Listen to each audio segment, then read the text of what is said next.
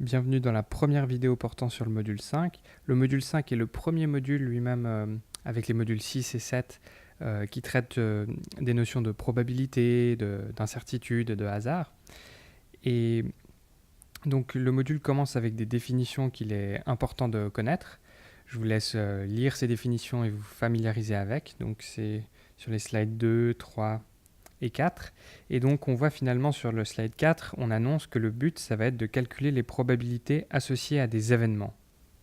Alors pour un événement A, si on se pose la question de comment déterminer la probabilité que cet événement se réalise, dans le module 5, on a 4 outils qui nous permettent, suivant les situations, de calculer cette probabilité.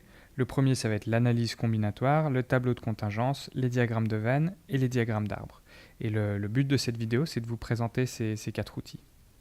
Alors la première méthode pour calculer la probabilité associée à un événement, quand on connaît assez bien l'expérience pour le faire, c'est qu'on va simplement compter les cas favorables et les cas possibles.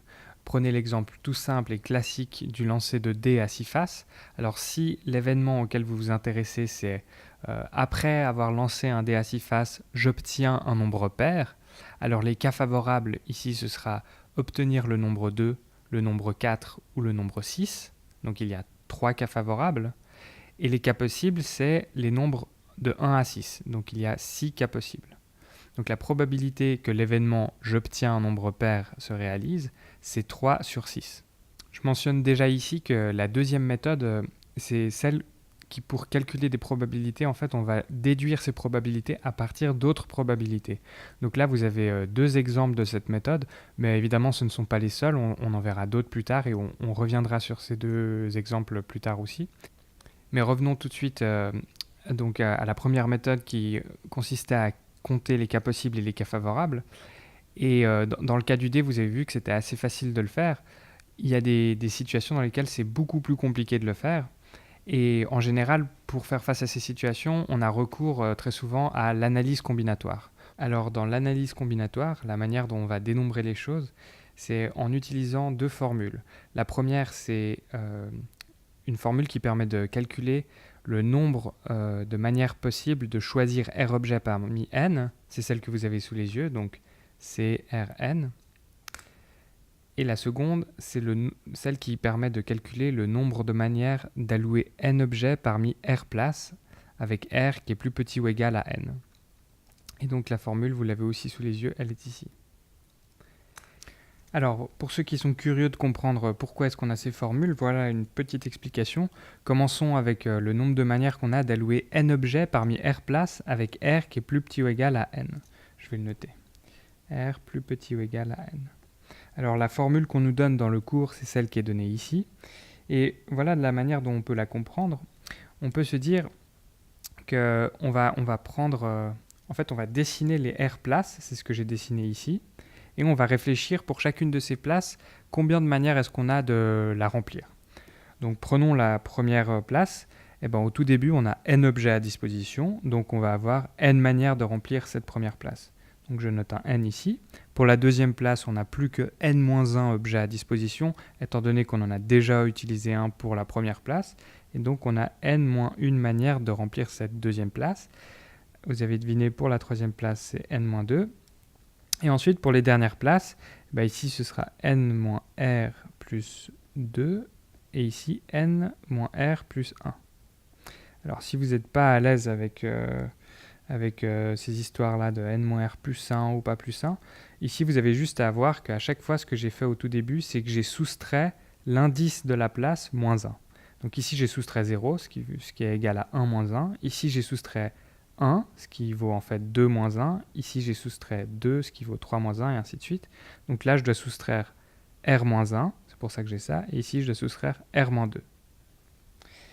Alors ensuite, donc, si on réfléchit à la manière dont on va mettre ensemble ces informations, donc la première place, il y a n manières de la remplir.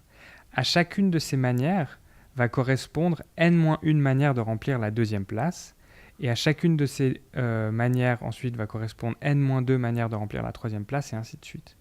Donc on va mettre un signe de multiplication entre chacun de ces termes. Et si c'est pas clair avec ce que je viens de dire, ça le sera un petit peu plus tard avec l'exemple ici. Et donc ensuite, on va réécrire ça un petit peu au propre. Donc on a n fois n-1 fois n-2 et ainsi de suite jusqu'à n-r plus 1. Et je décide à la fin de faire cette opération neutre qu'on s'amuse souvent à faire en mathématiques. Donc je multiplie par quelque chose et je divise par la même chose. En l'occurrence, c'est n-r factoriel. Si je fais ça, en fait, je reconnais que ici, j'ai une chaîne qui s'arrête à n-r plus 1, une chaîne multiplicative.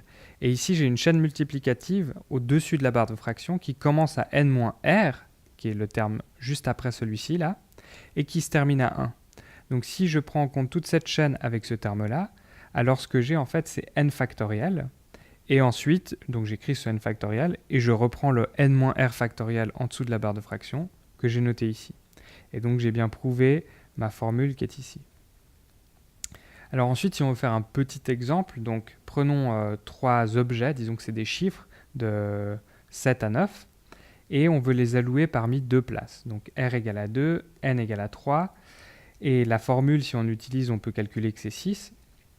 Et on va réfléchir, donc pour la première place, on a 3 possibilités. Soit on met le 7, soit on met le 8, soit on met le 9. Donc vous voyez, je peux dessiner 3 branches pour ces 3 possibilités. Et ensuite, pour la seconde et dernière place, on n'a plus que 2 possibilités parce qu'il ne nous reste plus que 2 chiffres. Si on a mis le 7, il nous reste le 8 et le 9. Si on a mis le 8, il reste le 7 et le 9. Et si on a mis le 9, il reste le 7 et le 8. Donc vous voyez que ici, à chacune des 3 possibilités du départ, correspond 2 possibilités. Et donc on a bien en tout donc 3 fois 2 possibilités. Donc si on reprend la notation d'avant avec les petites cases, on commence avec 3 possibilités. Pour la deuxième case, on n'a plus que 2 possibilités.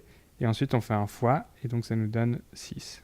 Et je viens de noter ici tous les résultats possibles. Et avec un petit coup d'œil, vous voyez que l'ordre compte évidemment, vu que là on a le 7-8, le 8-7.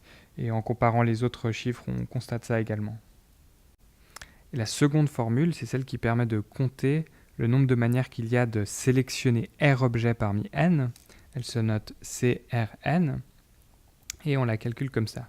On va la construire à partir de la formule qu'on a étudiée précédemment, qui est ARN. Et si on se rappelle de ARN, c'est le nombre de manières qu'il y a d'allouer n objets à R places. Et en fait, ce processus d'allouer n objets à R places, on peut le séparer en 2 sous-processus. D'abord, on va sélectionner R objets parmi n, sans se soucier de l'ordre. Et une fois qu'on a ces R objets, alors on va commencer à compter le nombre de manières qu'il y a de les ranger.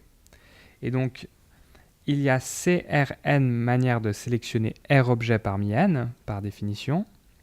Et si on tient compte de l'ordre, pour chacune de ces sélections, il y a ARR manière d'allouer ces R objets à R places. Donc pour chaque sélection, dans chaque sélection, il y a R objets. Et ensuite, on va compter le nombre de manières qu'il y a de ranger chaque sélection. Et pour ranger une sélection, en fait, il faut juste prendre les R objets et les allouer à R places. Et ça va nous donner un ordre. Et donc à chacune des CRN sélections correspond ARR manière de les ranger. Et comme j'ai dit ce terme-là, à chacune des CRN correspond à RR, alors on va utiliser le signe de la multiplication. Pour la même raison qu'on avait vu précédemment dans le petit schéma avec un arbre que je vous avais fait. Et donc, à partir de ça, ARN peut être décomposé en CRN fois ARR. Or, ARR et ARN, on sait ce que c'est. Et donc, on peut isoler CRN, ce que j'ai fait ici, et on trouve finalement que c'est égal à n factoriel fois 0 factoriel ici, donc ça fait juste 1, divisé par n-r factoriel, divisé par r factoriel, ce qui nous donne cette formule-là. Ensuite, les tableaux de contingence. Donc les tableaux de contingence, on peut les construire quand on a observé une certaine population, et que dans cette population, on a observé pour chaque individu au moins 2 variables. Parce qu'un tableau de contingence, on peut le construire à partir de 2 variables. Ici, la population, c'est des étudiants dans une classe. Et les 2 variables qu'on a observées, c'est le genre et puis l'option de chaque étudiant. Et donc vous voyez que le tableau de contingence se construit en mettant simplement les différentes valeurs que peut prendre la variable dans les lignes et les colonnes. Et à chaque endroit dans le tableau, on va rentrer le nombre d'observations qu'on a eu.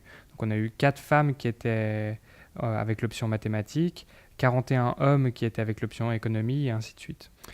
Ce tableau de contingence, on va pouvoir l'utiliser pour calculer des probabilités associées aux événements suivants. Je tire une personne au hasard dans ma population. Quelle est la probabilité que cette personne ait telle caractéristique ? Alors par exemple, on peut se poser la probabilité qu'en tirant une personne au hasard dans la population, la personne ait l'option A. Alors ici, les cas favorables, on sait qu'il y a en tout 18 personnes qui ont l'option A. Et les cas possibles, on sait qu'en tout, il y a 144 personnes.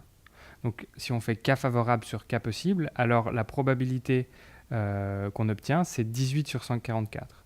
On peut faire la même chose pour la probabilité d'obtenir une femme en tirant au hasard une personne dans la population. Et donc comme il y a 53 femmes, on obtient 53 sur 144 parce qu'il y a 144 personnes en tout. Ensuite, on peut se poser des questions qui prennent en compte plusieurs caractéristiques à la fois. Par exemple, quelle est la probabilité, en tirant une personne au hasard, d'obtenir une personne qui est à la fois dans l'option A et à la fois une femme ? Alors ici, les cas favorables, c'est 4. Et donc la probabilité, c'est 4 sur 144. On peut aussi se poser la question, quelle est la probabilité d'obtenir l'option A, sachant que la personne qu'on a tirée est une femme ? Alors ici, il va falloir fonctionner de manière un petit peu plus subtile. Quand on nous met cette condition-là, sachant que la personne qu'on a tirée est une femme, ça veut dire qu'on sait que de toute façon, on est dans cette colonne. Donc, le nombre de cas possibles ici, c'est plus 144, mais 53, parce qu'en tout, il y a 53 femmes. Et donc, on ne va plus rapporter ce 4 par rapport au 144, mais on va rapporter ce 4 par rapport au 53, c'est-à-dire quelle est la proportion de cas favorables par rapport aux cas possibles, et les cas possibles, c'est être une femme seulement. Vous voyez aussi qu'on a d'autres formules dans lesquelles on constate qu'on peut calculer des probabilités à partir d'autres probabilités. C'est le cas ici, c'est le cas là, ou bien encore ici. Donc moi-même, je n'ai pas encore introduit ces formules, donc je vais pas en parler maintenant dans ce cadre-là.